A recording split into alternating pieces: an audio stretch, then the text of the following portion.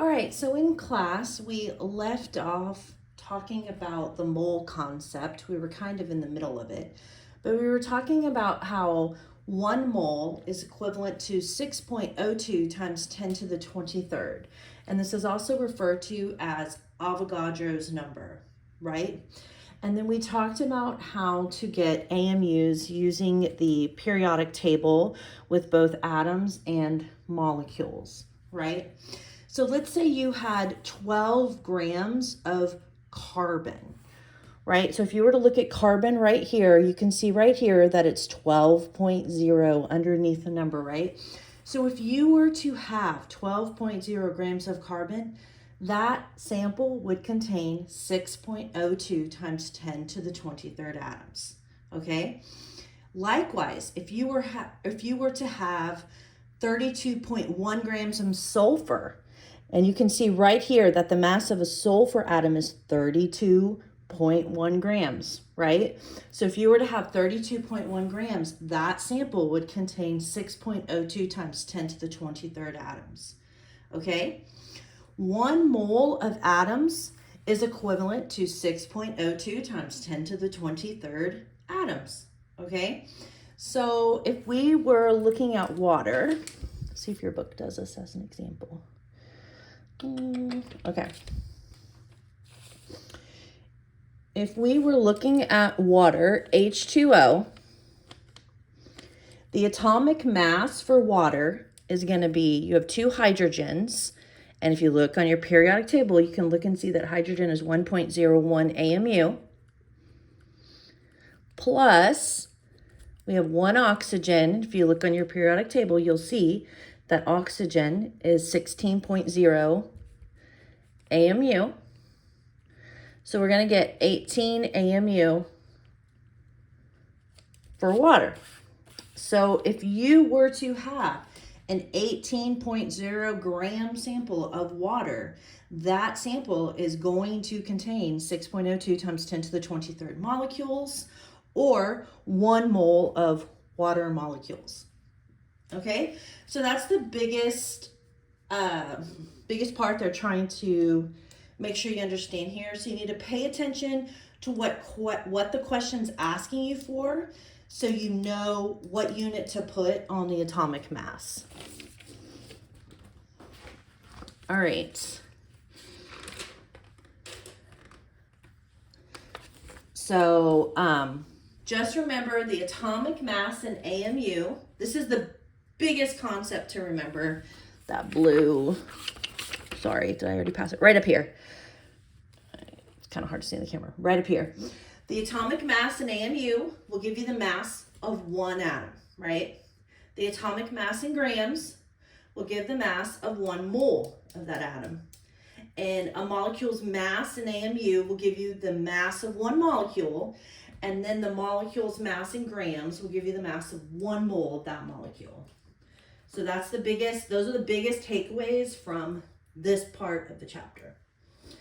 Okay, so if you get to a question, it says, how many moles of fluorine atoms exist in a 50.0 gram sample of fluorine?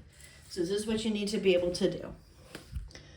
So the very first thing I'm going to show you is that fluorine, way up here, is 19. Okay?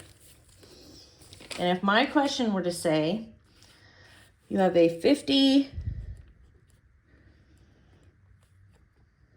of fluorine, okay? And then I say, how many moles of fluorine exist in a 50.0 gram sample of fluorine? Okay, so I take my 50.0 grams of fluorine and I put it over 1. And then I just showed you on the periodic table how 19.0 is in 19.0 grams of fluorine, that is 1 mole of fluorine. And then my grams are going to cancel out. And I'm going to get 2.63 moles of fluorine. I need to have 3 significant figures because I have 3 significant figures in my numbers, okay? All right. So let's do another example, and this time let's do it with a molecule, okay? So in this problem, say people are encouraged to limit their table salt, which is NaCl, and they tell you that in the problem, intake to 5.000 grams per day. How many moles of sodium chloride is that? Okay, so I get out my periodic table and I look at both sodium and chloride, right? So sodium is over here and it is 23.0, and then chloride is over here and it's 35.5. You can also look in your book to get those. All right, so I'm gonna do 1 times 23.0 AMU plus 1 times 35.5 AMU. And I'm doing, why am I multiplying by 1? Because there's only 1 sodium and 1 chloride, right? And I get 50, for this molecule, I get 58.5 AMU. All right, so then it gives me my, set in 5.000 grams of sodium chloride. I'm gonna put it over 1. And then I just calculate on my periodic table. We know that in 58.5 AMU, actually grams, I'm sorry. It is AMU, but it's also equivalent to the grams. Grams of sodium chloride. There's 1 mole. That's our conversion factor, right? Okay, and so I get 0.0855 moles of sodium chloride. All right, hopefully that makes sense. Now, what if I were to say how many molecules of sodium chloride are in that same exact sample? Okay, so if we know, same exact sample, and I want to know how many molecules. So we just calculated that this is how many moles are in that sample. And you guys know, we talked about 1 mole is equivalent to 6.02 times 10 to the 23rd molecules. So my conversion, I'm going to do 0.0855 moles NaCl, and I'm going to put over 1. And 1 mole of NaCl. There are 6.02 times 10 to the 23rd molecules NaCl. Okay, then when I cancel out, I'm going to get 5.15 times 10 to the 22nd molecules of NaCl. Okay, so atomic mass in AMUs is going to give you the mass of a single atom. Atomic mass in grams will give you the mass of 1 mole of that atom. And that's the same thing for molecules. All right, we are going to jump into the experiment now. Let me set up for that and be right back.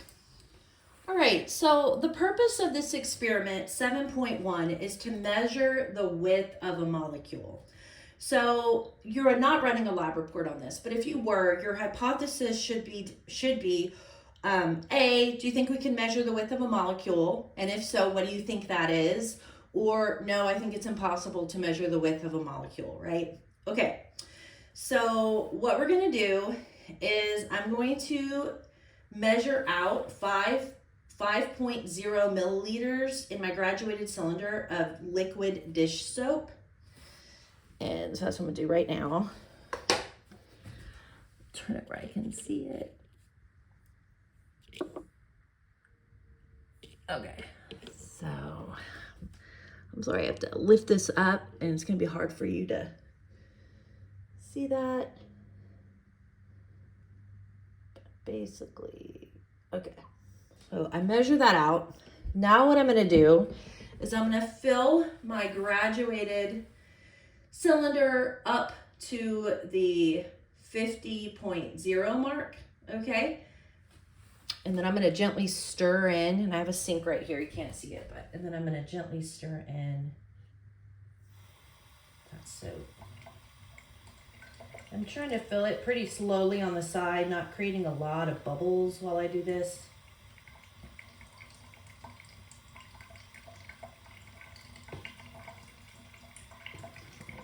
More. All right, and then I'm going to stir with my stirring rod.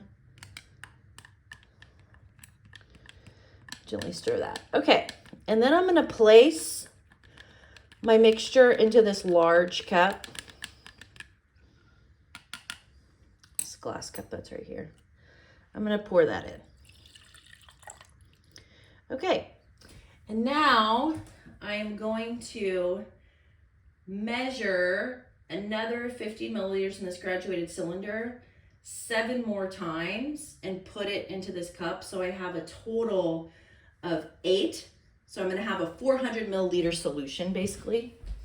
So I'm going to pause it and then I'm going to do that and come right back so you don't have to wait for it. All right, now I have my total solution. So now what they want me to do is to take my eyedropper and they want me to drop into my graduated cylinder, drop by drop, and count them. 1, 2. Let's see if you can see what I'm doing. Up here. 3, 4, 5. And continue to do this until I get to 10.0 milliliter mark for this solution. So I'm going to pause it, and then I'm going to keep counting and come back and tell you how many drops it was. All right, so now that I've done that, in 10.0 milliliters of my solution, I counted 454 drops. Okay, so now what I'm going to do is to sprinkle some pepper on the surface of this water that's been sitting in this bowl. And hopefully you'll be able to see it.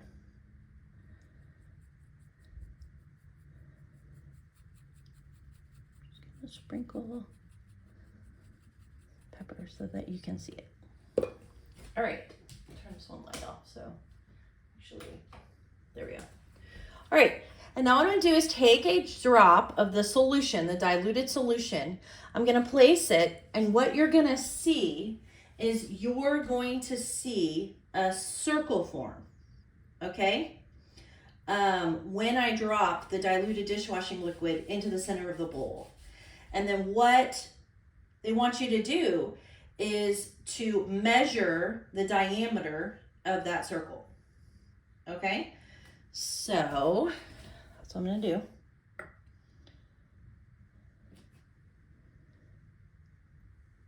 Oops. Do you guys see that circle form? And I get, let's see, about there to about, get about,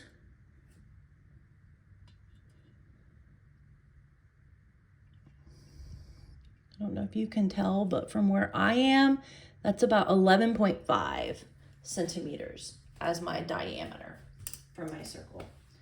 Okay, and then we're going to talk about how to calculate out your number. All right, so you don't need to understand everything in this experiment, but I want you to see how you can calculate the width of a molecule, okay?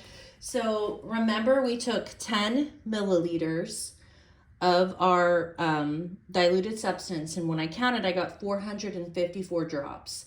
So therefore, we can determine that there were 0.2 milliliters in 1 drop of our solution. I measured the diameter. I can't remember what I said. I'm going to go with 11.2. That might have been slightly off, but the number would be slightly different. Okay. And then what I'm doing is now I'm looking for there's a specific ingredient in our soap.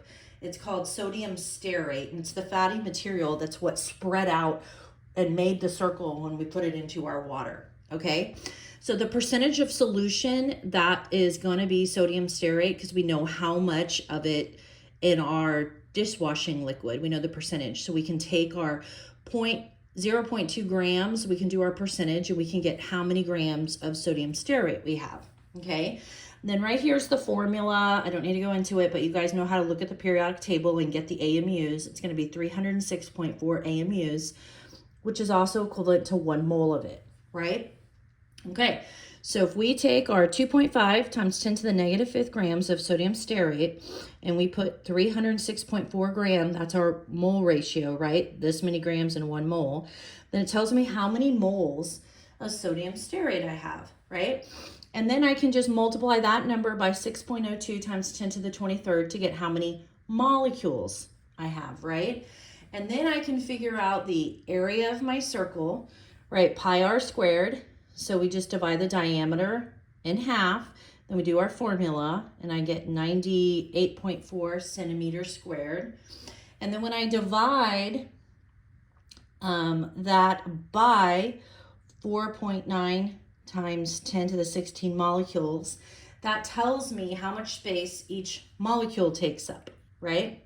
That's how much space each molecule takes up. And then I take the square root of that, and that's going to be the width of each of my molecules, which is going to be 45 times 10 to the negative 8th centimeters, which is very small. So what did our experiments show us? Can we measure the width of a molecule? Yes, we can. And this is how you do it. You need to understand every single thing that we just did?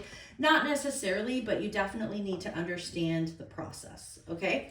Let's move on to the rest of our chapter. All right, I want to show you how to do on your own 7.8. It says how many moles of glucose C6H12O6 are in a 2.50 kilogram sample. Okay, so the first thing you're going to do is take your formula. You have 6 carbon, 12 hydrogen, 6 oxygen, and you're going to get the number from below, right, to give you your AMUs.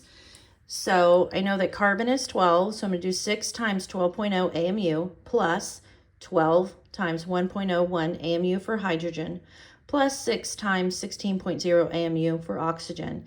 And my total molecule has 180.1 AMUs. Okay, now the next thing I need to do is tells us how much is in our sample, but I need to calculate that into grams, okay? Because that's going to be our conversion is grams and moles. So I need to take 2.50 kilograms of glucose, and for every 1 kilogram, there's 1,000 grams, and that's going to give me 2.50 times 10 to the 3rd grams of glucose. And that's my sample size. So 2.50 times 10 to the 3rd grams of my glucose.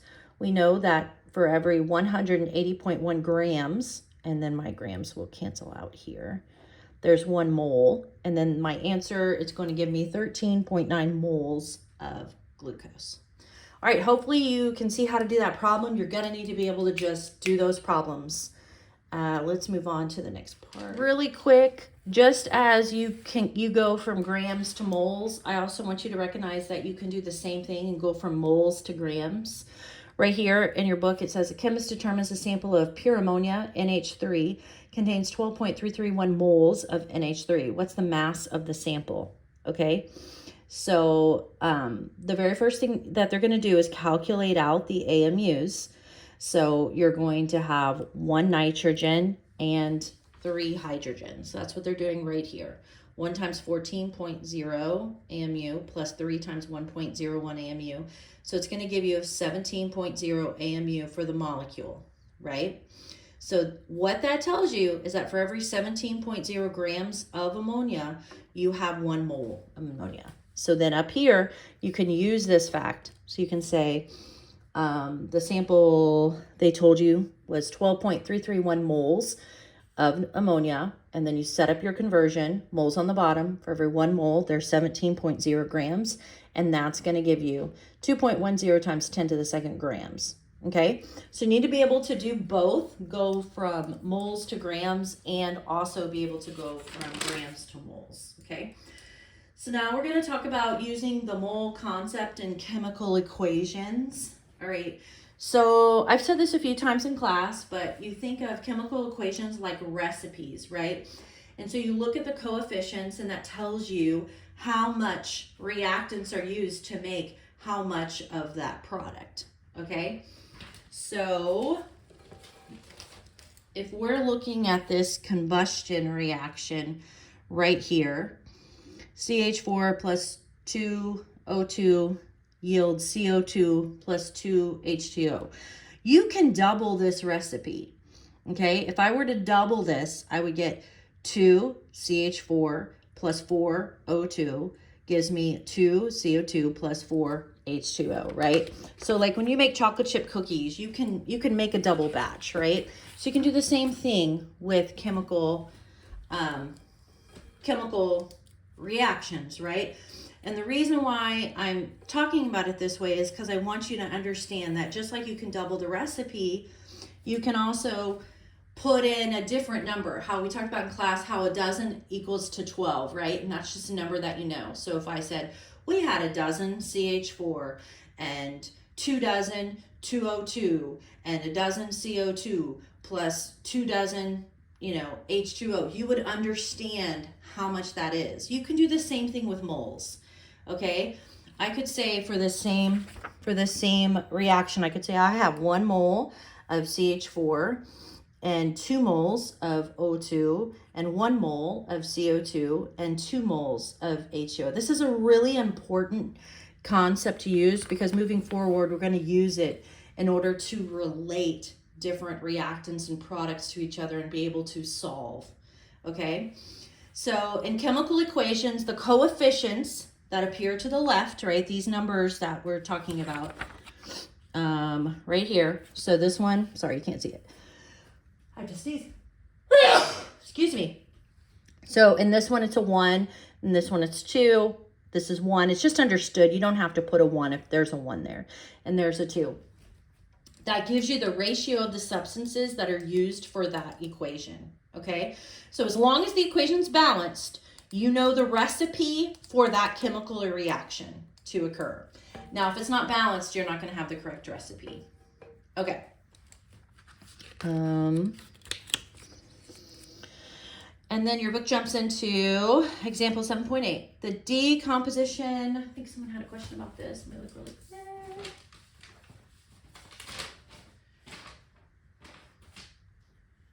This might have been. Somebody had a question. Oh, great. Holland, this was your question. Example 7.8. Okay. So I kind of worked it out to, ignore my mess right there. So it says, the decomposition of hydrogen peroxide into water and oxygen is described by the following equation. 2H2O2 liquid yields 2H2O liquid plus O2 gas. If a chemist begins with 2.4 moles of H2O2, how many moles of O2 will be produced? Okay, so the chemical equation tells us that 2 moles of H2O2 will decompose into 1 mole of water. That is, how do you know that? By looking at the coefficients, okay? So in this equation, for every 2 moles of hydrogen peroxide, it's going to yield 2 moles of H2O or 1 mole of O2. This is a really important concept to be able to relate these to each other, okay? So it's wanting me to figure out how many moles of O2 will be produced. Okay, so I take my 2.4 moles of H2O2 and I just set up my conversion. For every 2 moles of H2O2, right here, for every 2 moles, it yields 1 mole of oxygen.